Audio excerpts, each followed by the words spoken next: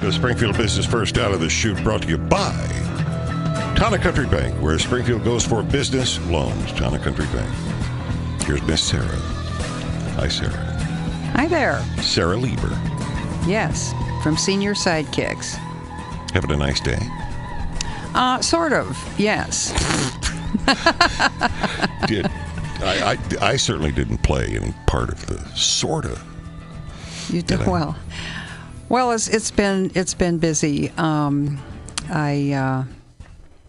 have a couple of patient visits this afternoon, so things are going to be roaring. I have the ability, and some men have the ability to be able to see almost an aura around somebody, and you look like you're just a little bit of trouble. That's all. Well, there are only three things important if you're going to change history, and those are persistence, consistence, and insistence. Okay, and that's you. And that's Did you me. just describe yourself? Oh, yeah. That's yeah, absolutely. This is my third business in seniors, and each one of them is a pioneering effort. And the first two, one is now an international association, and the other one is a national association. Okay. Well, you've given things that came from your mind. Yep. You are a trendsetter. You've changed the world. You literally have already then. I don't know if I've changed the world. I have managed to get some of the legal codes in Illinois changed, which was great relief. Oh, well, you know what? You've given us a perfect place to start. Before we get into Senior Sidekicks, let's talk about this body of work. Let's talk about these other things that you did for seniors. The first one. What was the first one? The first one was Legal Social Work Limited, forensic application of social work to law. We did investigation, testimony, and referral. Our biggest area was supervised visitation on especially troubled cases in the domestic division. Are you an attorney? Nope, I'm a social worker. I do everything attorneys can't do, won't do, or shouldn't do. Now, when was this you were doing that? Oh, this was back in 78, 79. Okay. And that's where I was able to take one sentence out of the matrimonial code in Illinois and make it into an entire section via two Supreme Court rulings on my work. And what was that? And that was on supervised visitation.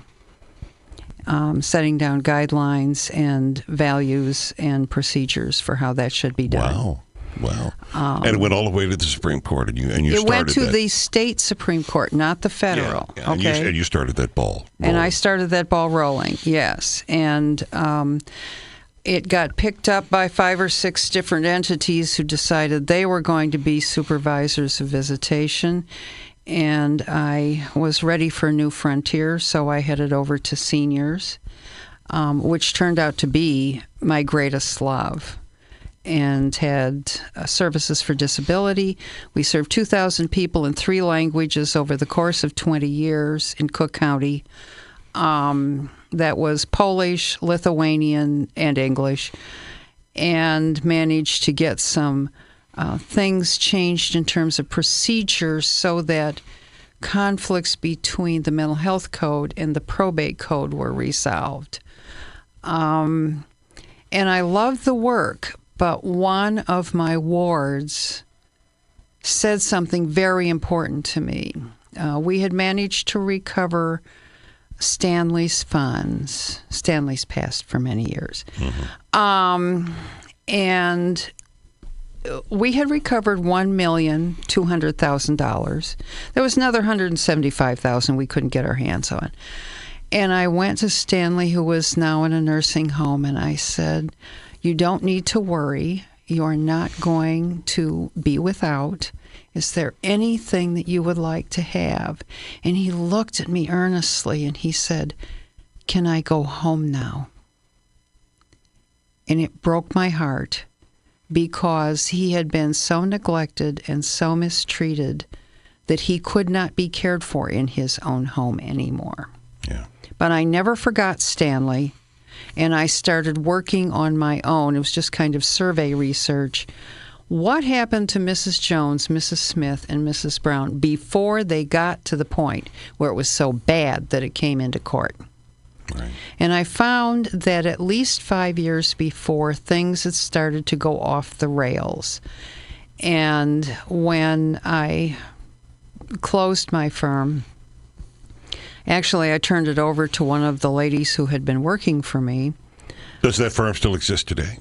No, she changed the name of it and did a little bit differently, but that's fine. You need to know that all pioneers have one fatal flaw. We will die of boredom. It's only boredom, okay? Oh. Yeah. Hey, let's move before we run. I don't want to get backed up. Did you morph into the second thing?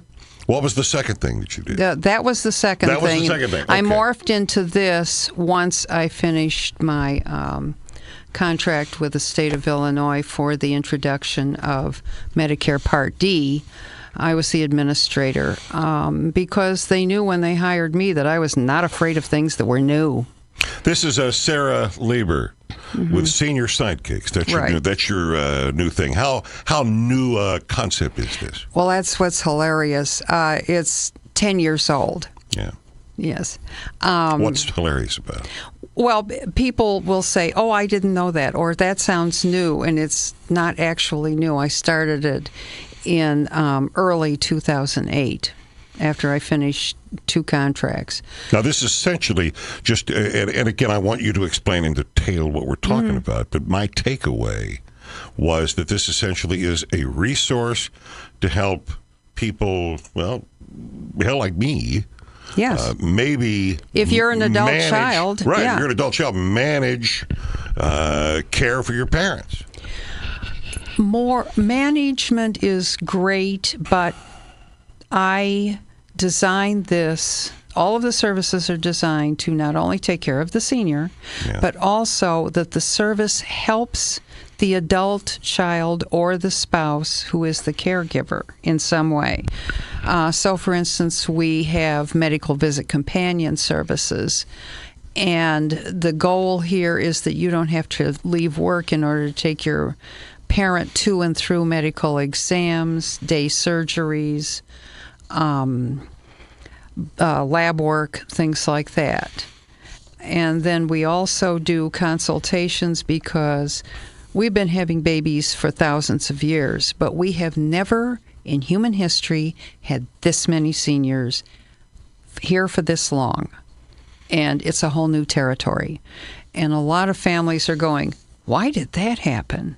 Why did they do that? What do I do with that? You know. And this is something that, so in other words, and the numbers I'm sure just more and more and more. Oh yeah. All the time, and you've got the mom, or you got the dad, or you got both of them, and you got 5 kids, and they're all trying to figure out who's going to manage this. Yeah, I had one couple who they had 3 people. They had his sister, her sister, and her mother. And he'd already just retired, and she was going to retire. And instead of looking forward to their retirement, they were going, I think we have to kiss this goodbye. And then they found out about me. And in the beginning, all 3 of them were enrolled, so that I could cover some of the bases and give them back the retirement that they had always wanted. They got to see the whales in Alaska. Let's talk about, let's say people are interested in where we're going with this. Mm-hmm. How does the process start? How do people find out what Senior Sidekicks can do for them? Sure. I was under the impression this is something to start just with a simple phone call. Yes. My motto is please bother me. Please not after 10 o'clock at night unless it's an emergency. Right. And I'm required to turn my phone off during prayers once a week. But other than that, please bother me. The other way is that you can come to our website, seniorsidekicks.com, read something about us, and then there's a page where you can enter your information and a question or a concern, and it'll come right to my phone.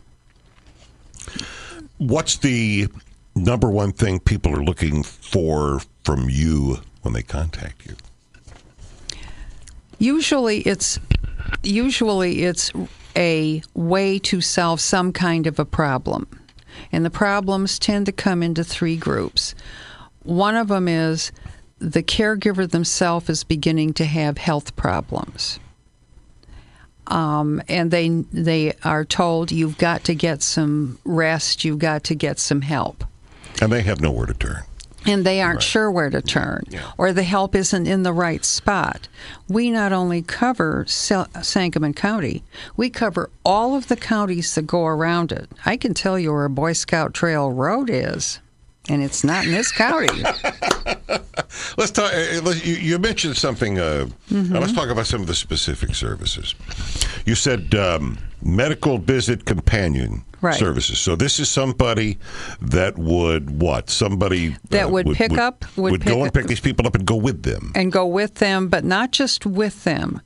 Also in the room, taking notes, sometimes reminding the senior. I always want to give them the opportunity to ask questions. Sometimes I have to help the senior get over anxiety about, I can't tell the doctor that. Right. I had one lady who wasn't willing to admit to her doctor that she didn't have the money. She was in the donut hole with the Med D. Yeah. And he was writing prescriptions and she wasn't filling them. So then he would look at her blood work and say, well, this prescription obviously isn't solving the problem, so I'm going to give you a higher dose. Right. And then she wouldn't fill that. And if, God forbid, she had filled the last prescription, it would probably be enough to knock her over. So it was my job when I have them in the car and I turn the radio off and we get to talk a little bit. It's just us girls. Tell me what's going on and help them work through that. This medical visit companion vacation plan. The vacation plan was the couple I was describing. They got to see the whales. Each of the people in their lives had a situation. They were living in a retirement apartment or a supportive living arrangement. But somebody had to keep tabs. Somebody had to be on deck if there was an emergency. And by enrolling those three in my program, they went to see the whales, and I was there for emergencies. And actually, one of them happened. They were in the plane going to see the whales. And I get a call from the facility, and they said, so-and-so is having a problem. We think it's severe enough to send to the ER. I said, no problem. I will meet her there.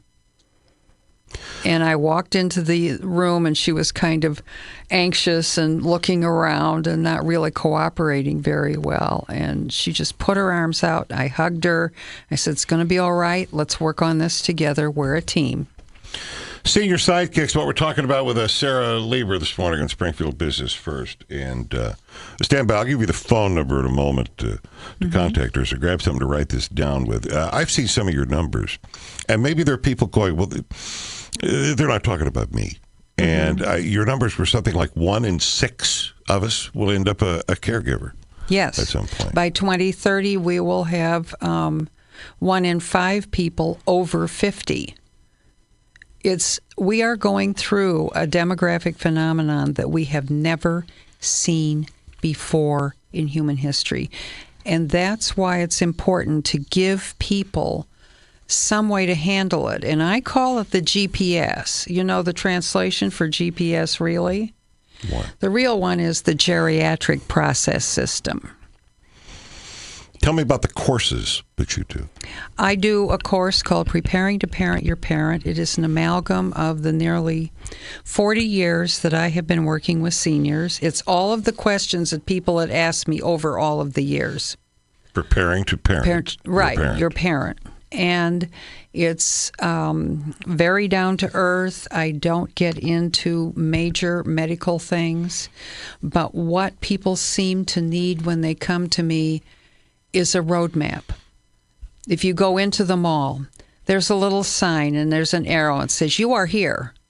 Right. Now you know where you are in relation to everything else. That's where we have to start. And we have to help people compensate for the lack of long-term information about seniors the way we just know about taking care of children.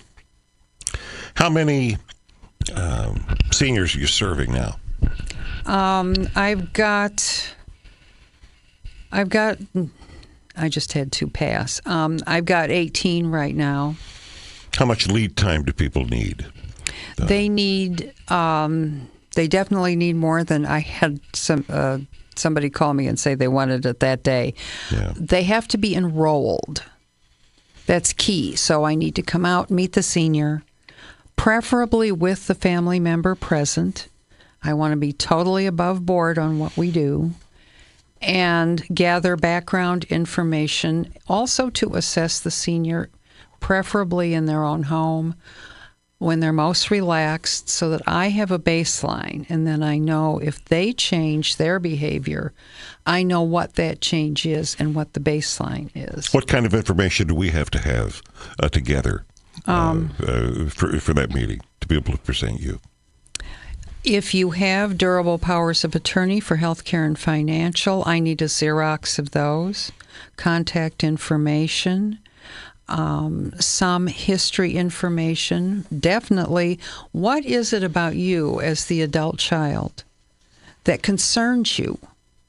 What has the parent been doing so that I'm alerted to things that you're worried? And I might add that we're coming up on Thanksgiving when the family gets together. Yeah. Maybe they don't get together all the time. Mm-hmm. So this is the time of the year when you have the elder there and they're doing something and the other members of the family are going, "Did you see that? What's going on with Uncle Fred?" Okay, that's your warning sign. Something is going on. And I always tell adult children, the most important diagnostic tool is something you were born with, and that's your guts. If your guts tell you something's off, something's off. Call me, and I'll help you figure out where we need to go to deal with what's off. Okay. That went fast, didn't it? This time flew by, didn't it? Yes. I'm going to give that phone number, 787-5866. 787-5866. This rings straight to you? Yes, it does. Like I said, please bother me. Please bother Sara Lieber. Okay. Thank you. When you are preparing to parent your parent. Senior Sidekicks on Springfield Business First, brought to you by Town & Country Bank.